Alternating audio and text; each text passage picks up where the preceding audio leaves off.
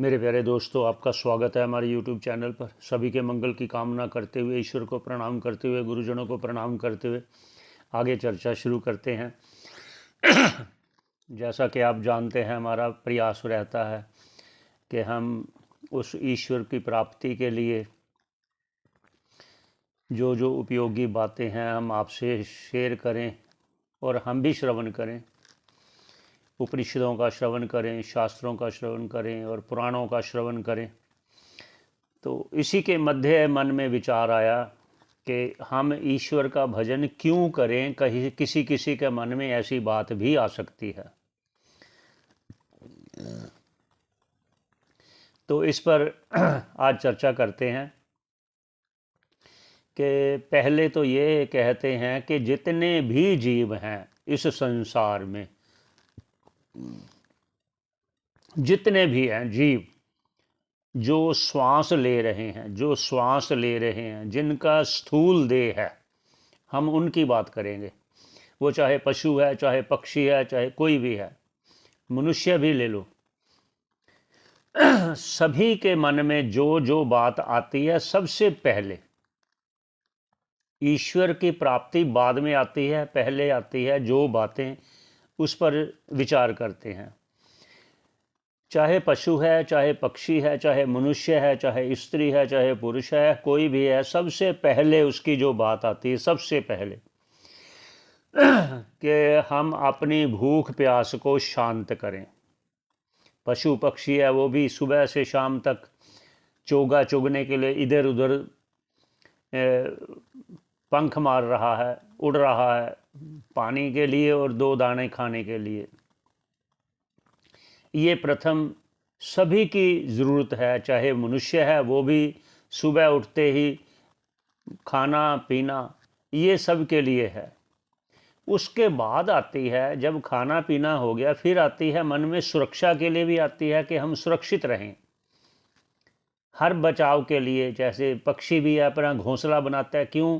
क्योंकि हम उसमें सुरक्षित रहें। कभी आंधी तूफान है, ओलावृष्टि है, मनुष्य घर बनाता है। ये मूल जो एक ज़रूरत है, पहले दृष्टि उस पर जाती है।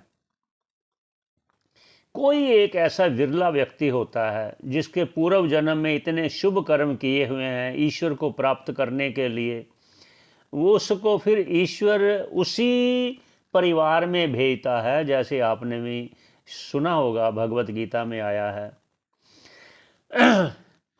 श्रीमान श्रीमताम गेह, तो उनके घर में वो पैदा होता है। उससे भी दुर्लभ है योगी नाम, जो योगियों के घर में होता है वो अति दुर्लभ है। ये भगवान स्वयं कह रहे हैं। योगी अर्थात जिनको खाने पीने की थोड़ी सी व्यवस्था होगी, रहने की व्यवस्था होगी, लेकिन ध्यान उसका भगवान चिंतन में ही लगेगा। ये जो मूल बातें आती हैं, खाना पीना, सोना, उसके बाद फिर अपनी सुरक्षा के लिए, फिर उसके बाद आता है कि अपनी परिवार बनाने के लिए किसी के साथ रहने की इच्छा होती है, ये आती है। फिर इच्छाएं ऐसे बढ़ती रहती हैं, ऐसे इच्छाएं बढ़ती रहती हैं। अगर हम उस ईश्वर का भजन ना करें, यज्ञ दान तप जो शास्त्रों में कहा गया है वो ना करें, तो फिर क्या कहा है इसके लिए? भगवान भाष्यकार ने भी कहा है, जंतु नाम नर जन्म दुर्लभ मतः। इसलिए नर जन्म, जो जंतु नाम मतलब जितने भी जीव है, जितने भी प्राणी हैं, सब में जो एक नर जन्म है, मनुष्य जन्म है, वो सबसे दुर्लभ है। सभी जंतुओं में, जीव जंतु में जितने भी आप देख रहे हो। तो इसलिए और भी कहा है कि ये शाम ना विद्या ना तपो ना दानम ज्ञानम शीलनम ना गुणो ना धर्मः ते, जिनके लिए ना दान करते हैं, ना कोई धर्म करते हैं, ना कोई विद्या का ग्रहण अर्थात उपनिषदों का ग्रहण, शास्त्रों का ग्रहण करना। जो विद्या आती है ना इस व्यवहार में, वो इसमें गिनती नहीं आती, क्योंकि वो तो सभी करते ही हैं।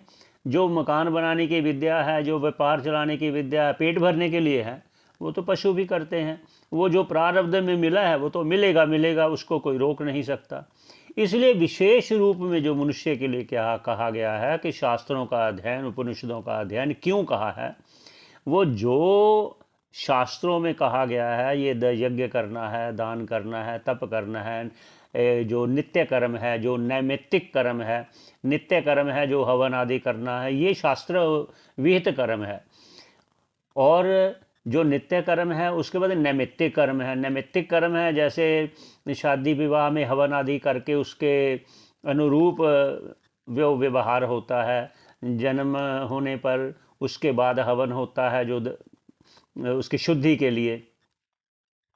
ऐसे जो नैमित्तिक कर्म हैं, फिर कुछ प्रायश्चित कर्म हैं, ऐसे करते हुए फिर मन में आता है ये करने का लाभ क्या होगा।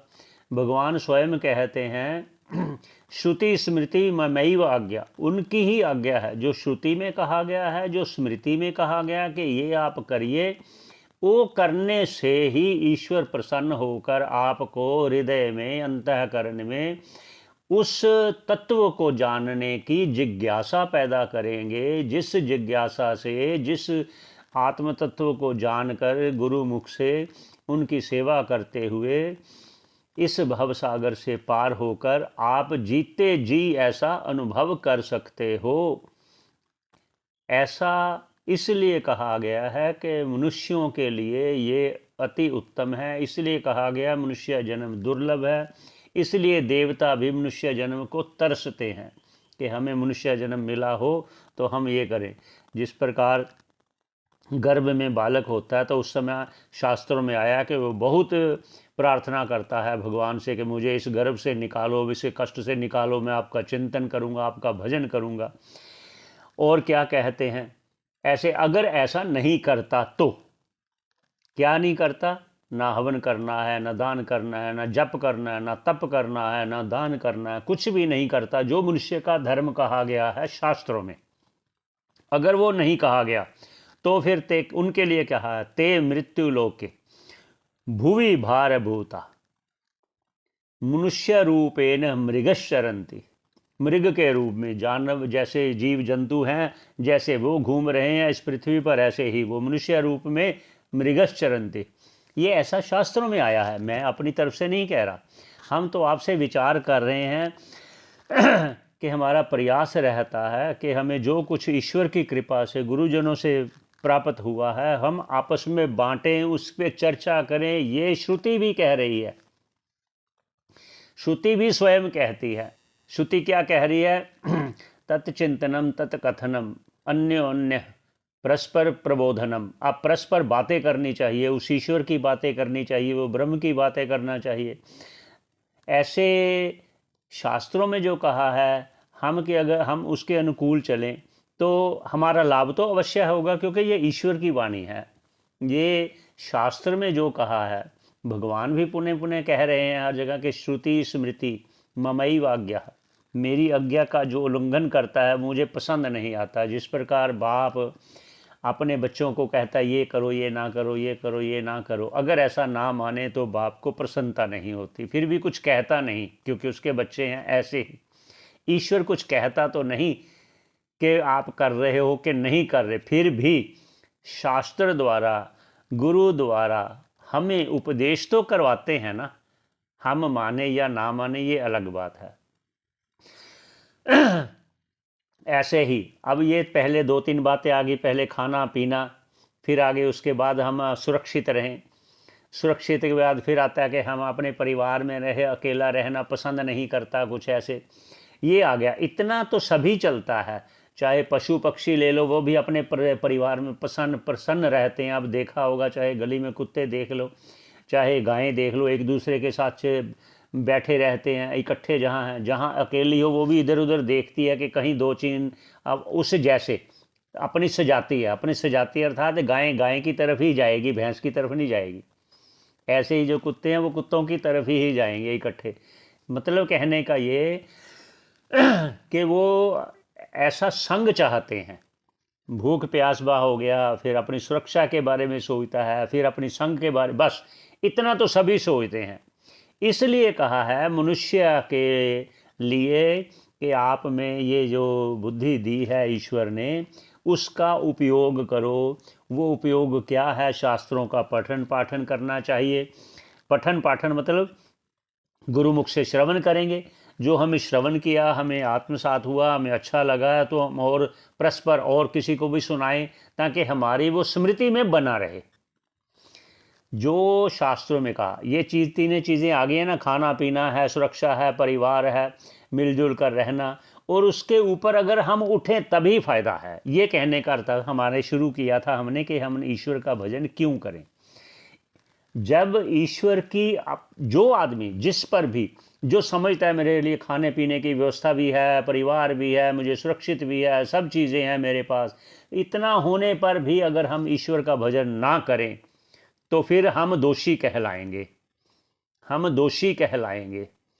ईश्वर ने जब हमें इतना कुछ दे दिया खाने पीने का, जैसे देखिए जब जन्म लेता है तो माँ के स्तन में दूध आ जाता है, चाहे पशु है चाहे गाय भैंस है, वो जब भी बच्चा होता है या बछड़ा गाय का, तो भी वो स्तन से दूध लेता है।